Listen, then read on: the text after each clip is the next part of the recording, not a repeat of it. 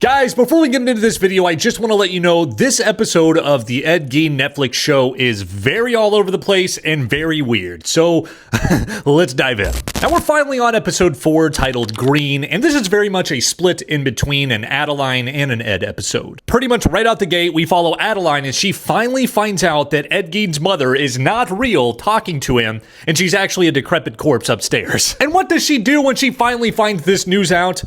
Actually nothing really. But none of that really matters because Ed is already on the prowl with another lady who is this hardware store owner. She owns this store uptown or whatever, and she recently lost her husband, so she's looking for some sort of companionship. And what screams companionship more than a guy that unalives a bunch of women, cuts their tits off, and wears them around the house? And Ed decides to take this lucky lady out on a date, you know, a fancy restaurant. He takes her to roller skating. I don't know what a 70-year-old's doing on roller skates, but whatever. And he even explains a lot of his fetishes that he takes part in, like wearing women's bras and underwear, and she doesn't find it weird. She actually finds it a little bit kinky. Ugh, the fuck? And after our boy Ed is done railing her on her own couch, which, you know, that was a sight to see, he starts to hear voices from his mother again, basically saying, you know, this lady is no good. She's got scabies, rabies, hep C, and you need to unalive her because she is not a good lady. And of course, with Ed being a giant mama's boy, he does exactly that. He goes and confronts this lady, basically says, you know what? My mother said that you're a whore and that you have parvo, and I'm done with this relationship. And she obviously doesn't take it well, and to respond, he shoots her in the fucking head. And to celebrate this new style of kind of being single, I guess, again, I don't know, he ends up